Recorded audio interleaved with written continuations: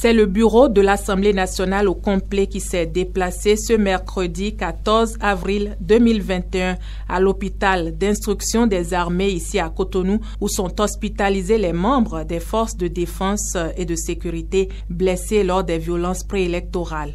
Dans une démarche de compassion, les responsables du Parlement sont sur place pour apporter le soutien du peuple béninois. Nous sommes arrivés pour constater d'abord et ensuite apprécier.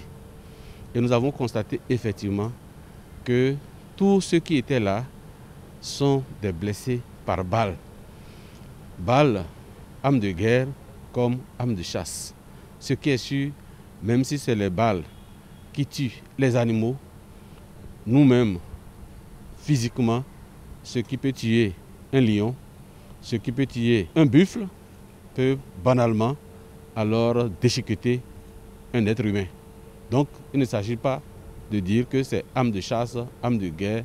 L'arme, c'est fait pour tuer et nous ne pouvions pas rester indifférents à ça. En effet, dans une déclaration rendue publique ce même mercredi 14 avril, le ministre de l'Intérieur a fait le bilan des violences préélectorales enregistrées depuis la nuit du 5 avril 2021. Il en ressort en substance que 21 membres des forces de défense et de sécurité sont blessés par balle alors que les dégâts matériels sont estimés à des milliards de francs CFA. Nous sommes venus manifester notre proximité compassionnelle et compatissante à l'égard de ceux-là, leur dit que l'Assemblée, qui est la représentation de toute la nation, est avec eux dans la mission républicaine qui est la leur et qui les ont amenés à subir autant d'atrocités.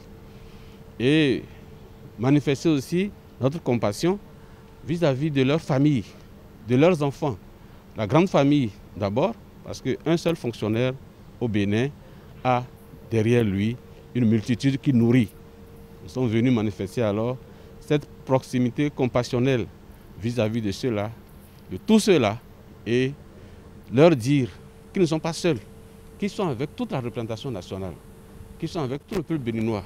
Le président Vlavonou a ajouté que les victimes ont été touchées lors de l'accomplissement de leur mission républicaine car les traités de la CEDEAO auxquels le Bénin est parti préconisent la libre circulation des personnes et des biens sur le territoire national.